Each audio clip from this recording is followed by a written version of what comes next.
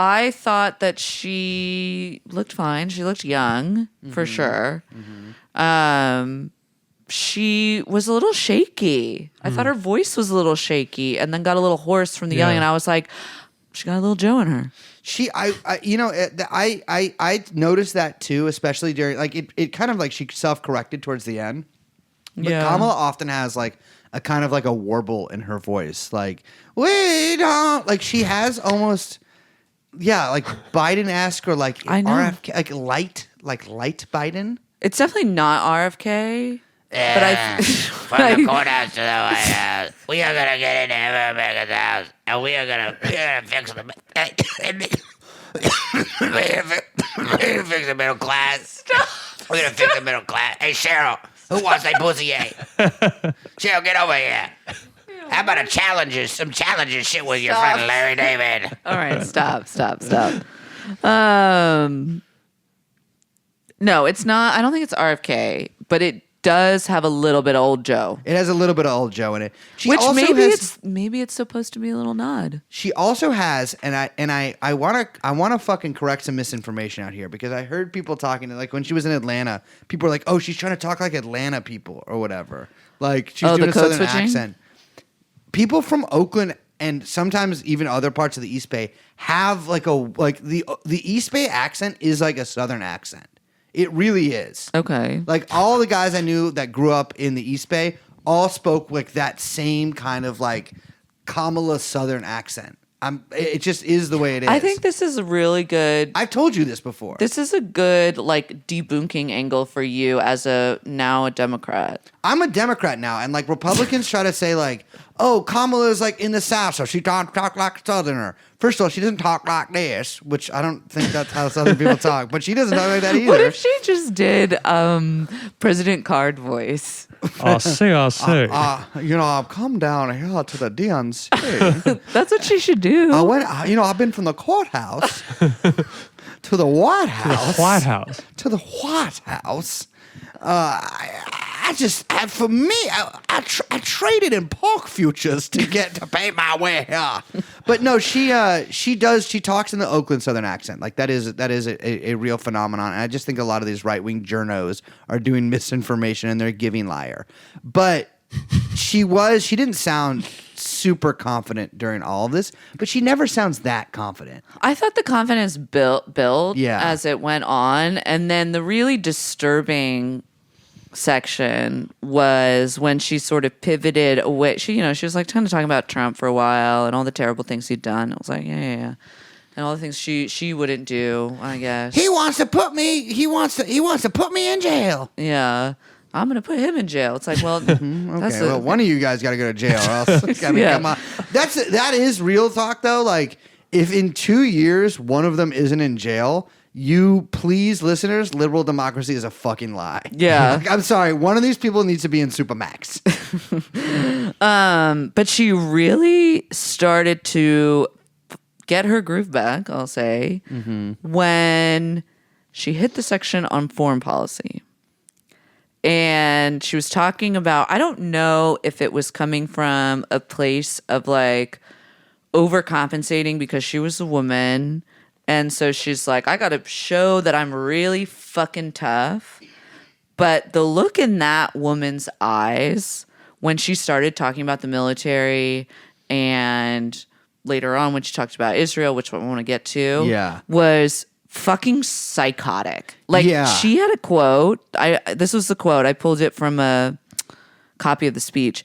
As commander-in-chief, I will ensure America always has the strongest, most lethal fighting force in the world. Now, I'm just imagining this, which is a room of her advisors and her speechwriters.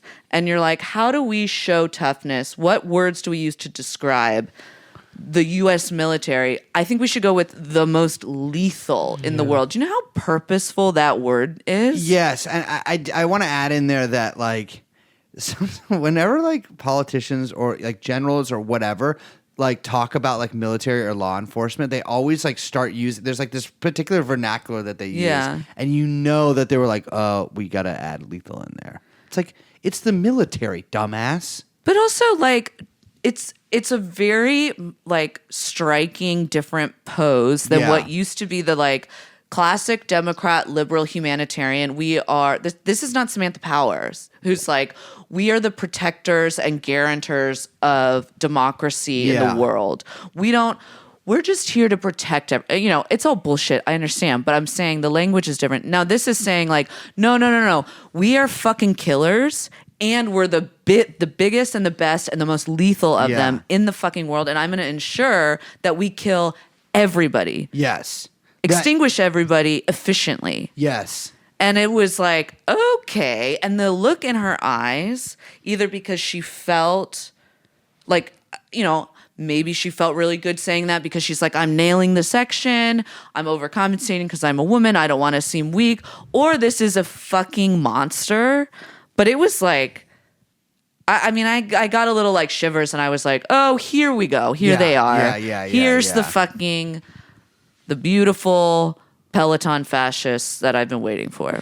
Yeah. I mean, I think we have to talk about the Israel stuff right now. Oh, yeah. Because she goes in, I can't remember the order, and I'm sure that you took actual notes instead of me, which my notes were just, she fought against the cartels? Question mark, question mark, question mark. That was a funny line. And I wrote, from the courthouse to the White House, baby, I'm going to take you to the big house, which I thought was clever when I wrote it in my notes app, but did not think I would say that out loud. It was kind of just an intrusive thought.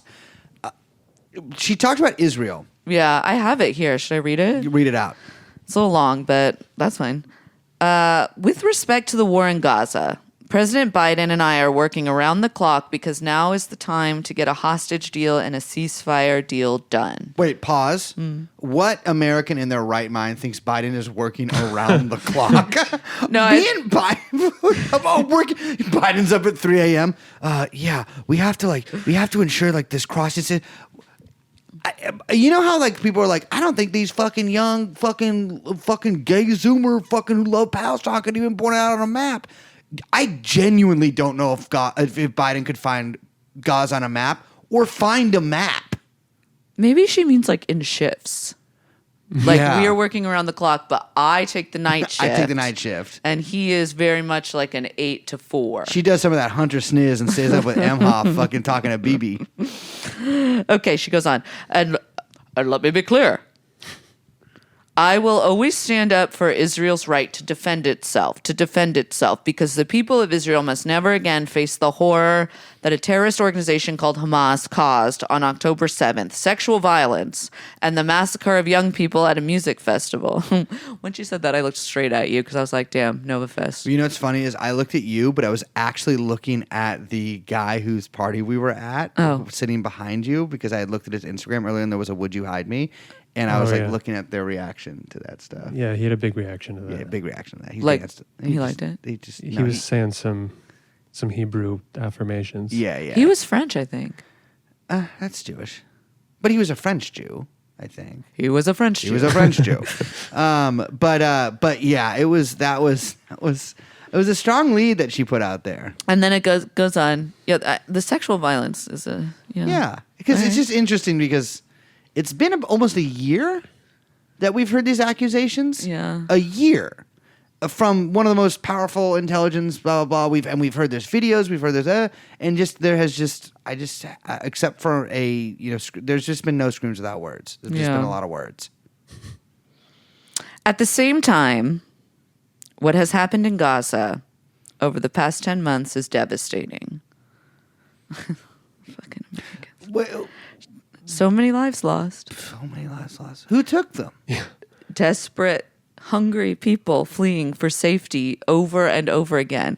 That is a crazy ass line, by the way. But I just don't understand, who are they fleeing for safety Is from? the idea there that they flee from safety, then they get it, and then they flee again from safety, and then they get it? I think that is kind of how I it's know, been going. but it's a very odd way to phrase it. The scale of suffering is heartbreaking. Yeah.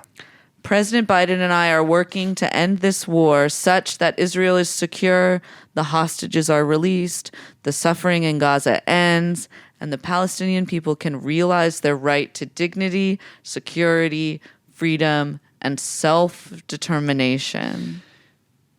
You know, it's interesting because she calls out Hamas by name in this. She says they did sexual violence. They killed these people at a music festival. But when she talks about the people who were killed in Gaza, they lose their lives. They're hungry. Yeah. They must not have any food. Oh, I guess they just don't have food. And she doesn't name who is doing the killing. Right. Because that killing is still going on. Well, she can't talk about herself. She can't talk about herself. Yeah, she can't She's talk trying about to pitch herself as you don't really want to bring attention to that. our administration's bombs. Well, maybe you want to do that, but in a different section. In a That's different what the section, lethal maybe. thing it's is a about. lethal thing. We don't, but that's not, it's just, they're just hungry. They're just hungry. Yeah, this was really